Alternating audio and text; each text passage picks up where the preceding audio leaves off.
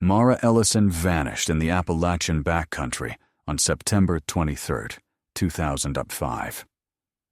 She was 24, a newly minted ICU nurse at a small hospital in Fairview, Virginia, and she had planned a solitary weekend hike to clear her head. Autumn had just begun to touch the ridgelines with russet and gold. To friends and family, it sounded like the most ordinary thing in the world. Mara had grown up outdoors. 5 years later, hunters following a blood trail beneath an ancient oak uncovered bones, a weather-worn pack, and a secret that would pull the case back from the dead. Mara was raised by people who trusted the woods. Her father, Daniel Ellison, had taught rock climbing for decades and believed competence was a form of kindness. Her mother, Elaine, taught biology and spent more weekends than not shepherding teenagers up creeks and into meadows with field guides and plastic sample vials. The Ellisons lived by the mountain seasons. By 18, Mara could name plants in Latin, pick storm shifts out of a sky, and trace the Appalachian balds with the kind of familiarity most people reserve for neighborhood streets. College took her east for a few years. Then nursing school brought her back to Virginia. She settled in Fairview and learned quickly that intensive care isn't a job so much as a set of promises you make at odd hours. September 2005 pressed on the unit short staffing. Too many hard nights in a row. A handful of patients whose monitors taught everyone to hold their breath. Colleagues remembered Mara's exhaustion in small ways. The way she leaned on a hallway rail during a lull. How she massaged her wrist after calibrating a stubborn pump. The forced brightness of her "I'm fine" when she clearly wasn't. On Wednesday the 21st, she put in for 2 days off at the end of the week. "I'm heading up to Stonehaven National Park," she told her friend Jenna Ruiz, as they left the hospital on a cool evening that smelled faintly of rain. Quiet trail, familiar loop. "I'll be back Sunday night. Sleep, then Monday. I'm yours." She didn't give a detailed route. She never did. It was enough to say, Pine Ridge Loop near Hawkridge Overlook, a moderate climb up, a patient descent down, 7 to 9 miles depending on which side paths tempted you. Early Thursday, September 22nd, Mara loaded her pack. Rain shell, first aid roll, headlamp, spare batteries, a slim thermos, compass, a tidy snack kit, and a paperback that she would read in long, slow stretches at overlooks. At 7 sharp, she left Fairview in her red Civic. A camera at a Milford fuel station captured the car at 9:42 a.m. She topped off the tank, bought water and an energy bar, and this, the cashier remembered, clearly asked about mountain weather. He pointed to a stack of batteries, and she took a pack. The angle of the security feed muddied faces, but her posture is unmistakable. Shoulders squared against the day, as if she could lean into the ridgeline from 2 towns away. At 10:30, her car took a spot near Trailhead 4, the route that lifts hikers toward Hawkridge, a broad shoulder of rock with a view that makes you think about lines on maps and what the wind does when you're not watching. The Stonehaven logbook holds a scrawled entry at 10:45. M. Ellison, Hawkridge, solo, returned sun 9:25. In 2005, the park signs called Pine Ridge a moderate trek. 3 hours to the overlook at a reasonable pace, 2.5 down if you didn't dawdle. Late September promised fog at dawn, sun by noon, rain when clouds rolled in from the west. The last confirmed sighting came at about 2 in the afternoon on Friday the 23rd. A couple from out-of-state, Noah and Kara Briggs, met a young woman descending about a mile from the overlook. She wore a dark blue jacket, jeans, brown hiking boots. She carried a mid-sized gray pack, moved easily, smiled briefly. It felt like a passing certainty. You meet people on trails, you exchange a breath, and they slide into the trees like they were never there. When Monday came and Mara didn't report for her shift, Nurse manager Lila Porter tried her phone. When calls went straight to voicemail, Lila reached out to Jenna. Jenna drove by Mara's townhouse Tuesday morning. The driveway was empty, the mailbox full, and neighbors said no one had been around all weekend. Jenna filed a report with Fairview Police, but the officer on duty reminded her of the waiting period, the way policy bends to the assumption that adults sometimes choose to be away. It wasn't until Wednesday, September 28th, that the Virginia State Police took an interest. Detective Helen Drake reached Stonehaven, and Ranger Paul Keating found the Civic, locked, neat, just as Mara would have left it. Sunglasses, a couple of CDs on the seat, an empty bottle rolling in the footwell. Search teams formed at dawn on Thursday. 8 rangers and 4 volunteers ran the loop twice, combed spurs and ravines, and stood quiet in clearings, listening to dogs strain against damp air. Near Hawkridge Overlook, they found a torn energy bar wrapper of the same brand sold in Milford, but the mountains are a democracy trash rarely votes for one person alone. After early October rain, scent work went soft. By the time a volunteer team from Wayland County arrived with more dogs, the ground smelled of rot and leaf and the long, neutral exhale of earth. Daniel and Elaine Ellison returned from a long-planned trip on October 7th and went straight to Stonehaven. Daniel moved like a man whose body remembered every rise and hollow. He told the rangers that his daughter might have slipped from the loop to visit one of 3 small falls they loved when she was little. Places tucked away from signage, reached by footpaths made by habit and deer. Crews widened the radius. They searched 17 miles of trail and ground, 4 waterfalls, 3 small caves, a handful of rock fissures that looked large enough to swallow secrets. A helicopter mapped the ridge in slow arcs. By the 20th, nights were turning sharp, and the park scaled down. The formal search ended. The word missing slipped into the official file, and the living had to teach themselves what it means to wait. Detective Drake worked the cityside facts. She interviewed Mara's neighbors and colleagues. The picture was durable, responsible, cautious, organized. No debt to speak of, no legal trouble, no office enemies.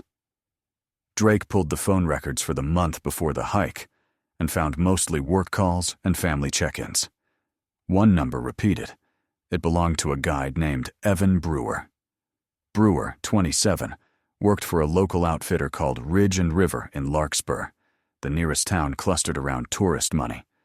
Co-workers called him expert, prickly, easier in trees than with people. He said he met Mara in late July when she joined a weekend group hike. They swapped numbers afterward and met a few times for coffee. "We weren't dating," he told Drake. "We talked gear, routes. She liked the quiet trails." When Drake asked where he was the weekend of September 24th and 25th, he said he'd led a trip to Hollowbrook Falls. Ridge and River's weather cancellations told a different story. The trip had been scrubbed. Pressed, Brewer changed his account. "I stayed home." A warrant took Drake to his small rental in his truck. The house offered nothing but a guide's ordinary mess. The pickup's trunk floor bore faint stains. The lab came back 3 weeks later. Deer blood. Brewer's friend, Mason Cole, confirmed they'd hauled a carcass the month before. Without cause to hold him, Drake let him go and wrote what investigators have to write sometimes. Not enough. Winter burned down into spring without a single clean lead. Drake called the Ellisons when there was the barest something to report, but weeks turned to months. In the summer of 2006, there were a handful of false alarms hikers in blue jackets, seen in the haze at a distance. One of those calls came from Ranger Keating himself. He swore he'd spotted a woman near Willow Falls, whose gait looked like an echo of the woman in the logbook. By the time a team reached the area, fog and time had eaten the ground. The Ellisons hired a Washington-based private investigator named Colin Mercer, a quiet, careful man who specialized in the way people disappear. Mercer walked the file back to front, re-interviewed voices that had already been heard, and threaded his notes with patience. He lingered on Brewer, then broadened the net. He found that in 2003, a tourist named Jessica Wyatt had filed a complaint accusing Brewer of harassment during a backcountry trip. No charges stuck. The report died in a drawer. Another woman, Linda Garrison, described weeks of unwanted calls after refusing a private tour. She didn't involve the police, but told co-workers at a coffee shop who remembered the way she'd started screening calls. Mercer took it all to Drake. They agreed to bring Brewer in for more questions. Before they could, he was gone. Ridge and River's owner said he hadn't shown in a week. Calls rolled to voicemail. His small duplex held only silence and a closed-up smell. 3 days later, his truck turned up in a Brookhaven Mall lot, 100 miles from Larkspur, locked, keys tucked under the mat like a courtesy. Wallet and card sat untouched in the console. No one saw him leave. Drake could only write the same graceless word again. Missing. The case slid toward the shelf where old files sleep. Drake retired. A younger investigator, Daniel Walker, inherited the portfolio and read it like he was supposed to, line by line, without hope and without ceremony. The Ellisons did what the living do, learned how to set a table with one less story in the world. Brewer's name entered a national database. A year on, the active search dimmed to the occasional tip that led nowhere. People guessed he'd left the state or the country and unstitched his own name. 5 years after Mara's last hike, on an October afternoon plucked from a postcard, 2 brothers from a nearby township were tracking a wounded buck along a ridge far from the tourist loop. The animal weaved down a narrow animal path to a hill crowned by a massive oak, the kind that rewrites the scale of your day. The roots had lifted out of the ground over centuries, curling into a natural alcove. Rick knelt to check for prints and saw something the shape of a thought at first. Bleached bone crowning through the leaf litter. He told his brother to step back. They called it in and waited with their hats in their hands. Walker and a small forensic team handled the site like a cathedral. Photographs first, then the careful lift of bone and cloth and anything that had learned to pretend to be part of the forest. Dental records settled the first question. The remains were Mara's. The Ellisons declined interviews. They wanted, finally, to bury their daughter. But the site itself refused to be simple.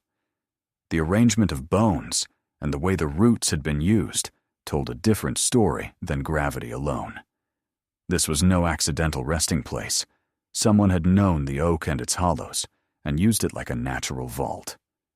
Dr. Violet Ames, the medical examiner, found thin, clean cuts along several ribs and at the skull incisions made by a sharp blade, deliberate and neat, nothing like animal predation or a tumble through rock. A short length of metal wire lay caught where wrists would have been. If those bindings had been applied to a living person, the posture would have forced the hands behind the back. There were other details that would snag at investigators for months. The remnants of Mara's jacket carried traces of a plant-based glue in strange, broken bands. It was the kind of adhesive trappers make from sap, a local knowledge, old and stubborn, learned from mentors who learned it from their fathers. The pack held her license, a credit card, a photograph of her parents sealed in a plastic sleeve. Missing were the things that mark modern life: the phone, cash, the small first aid roll her father had taught her to carry, and the compass she never hiked without. A small carved figure lay near the skull, a rough animal rendered from a pale piece of burl, something between a deer and a dog. The carving looked primitive at first glance, but its tool marks told a different story. A woodwork specialist, Professor Dana Whitcomb, examined it and said the blank came from a maple burl rare, expensive, prized for the way its grain confuses light. The knife work suggested a left-handed carver with good control and good steel. The object wasn't careless. It was spare on purpose. Walker read the old file again with the figurine glinting at the edge of every paragraph.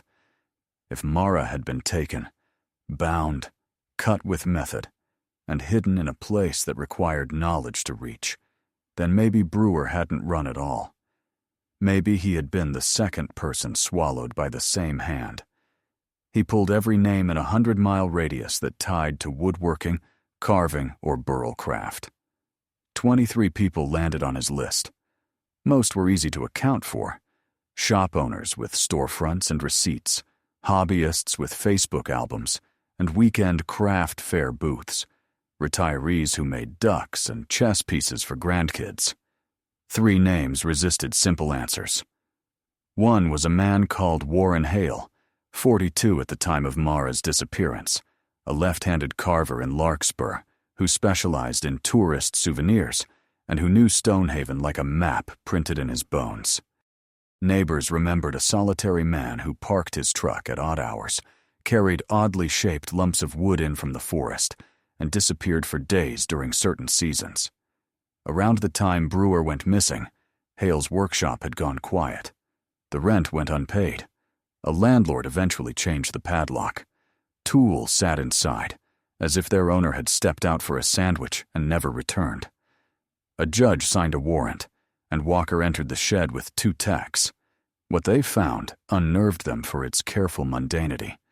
Blocks of wood, chisels and knives laid out in a craftsman's order, a bench stained the color of stories, and lined along a shelf, small animal figures carved in a style that made the hair on the back of Walker's neck stir.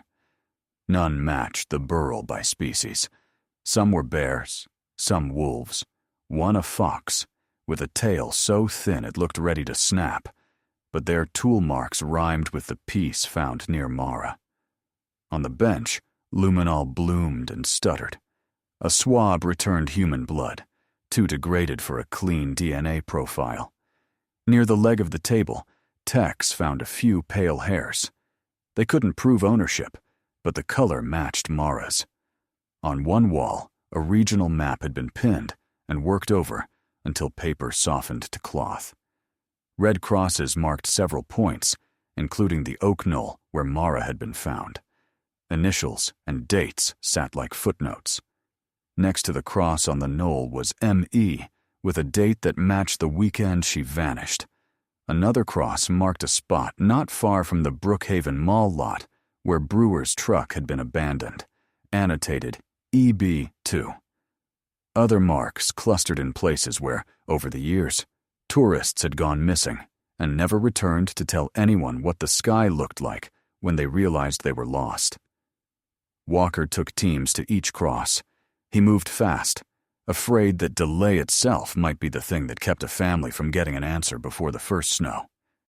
At the site that matched Brewer's initials, they found a burial mirroring Mara's, a root-bound alcove, a lattice of leaf and time and intention, and bones that dental records would later confirm belonged to Evan Brewer.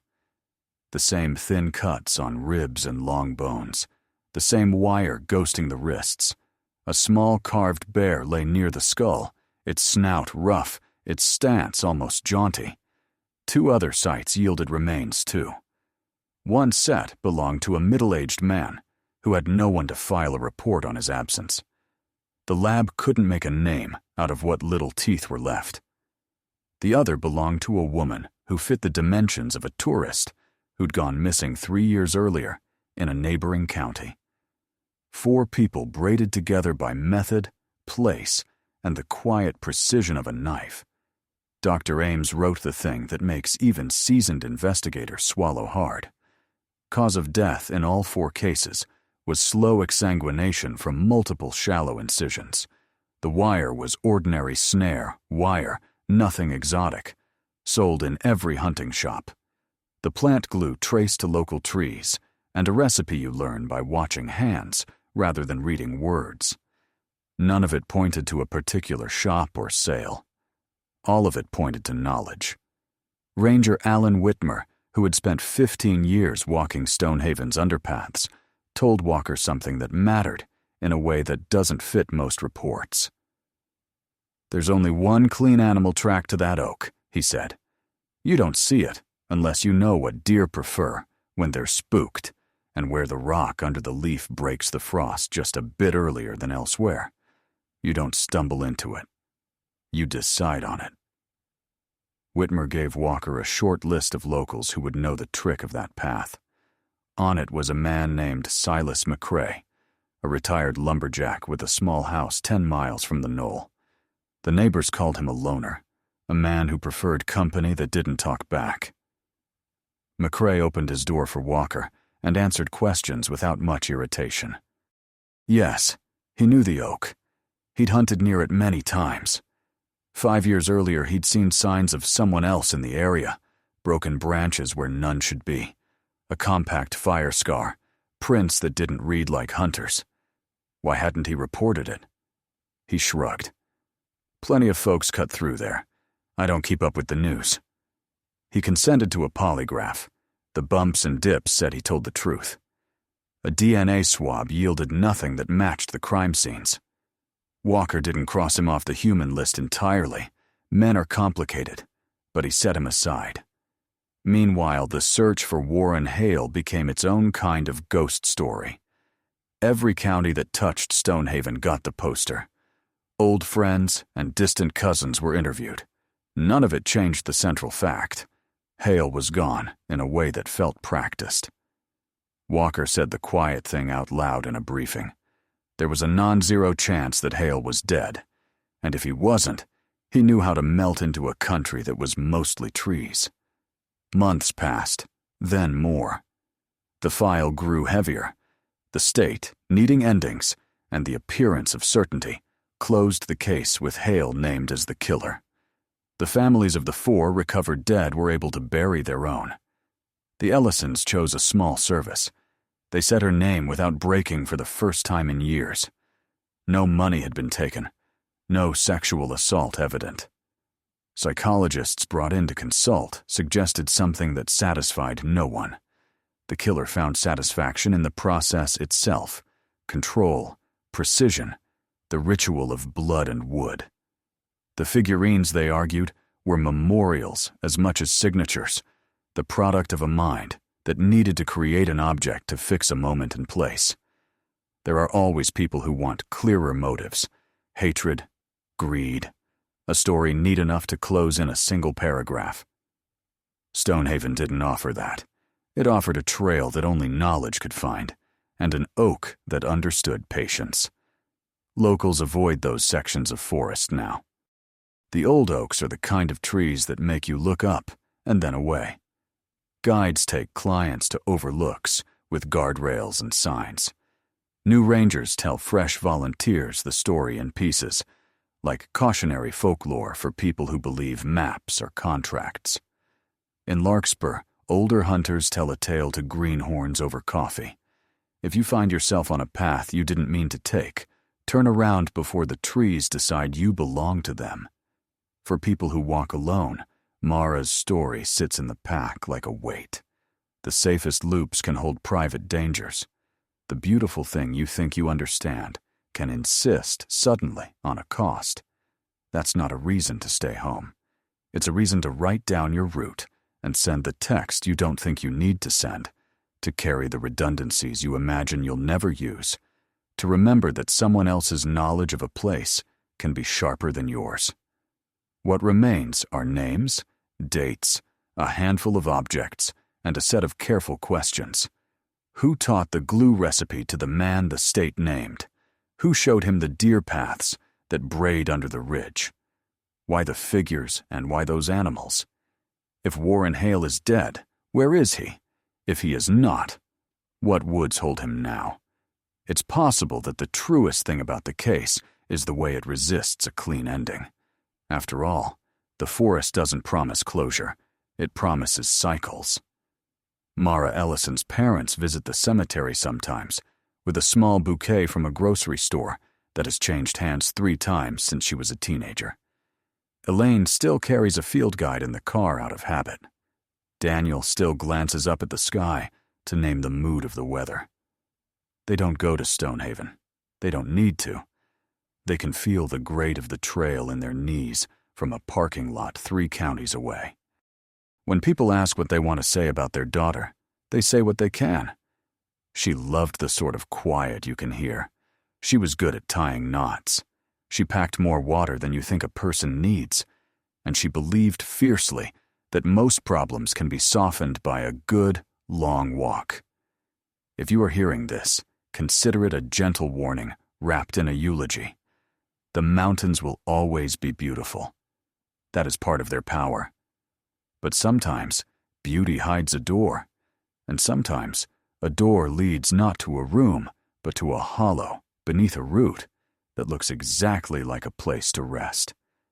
And sometimes, years later, when the wind shifts and the leaf litter sighs, the forest gives back the smallest part of what it was given, and a story that lay still for seasons sits up, looks around, and asks to be told again.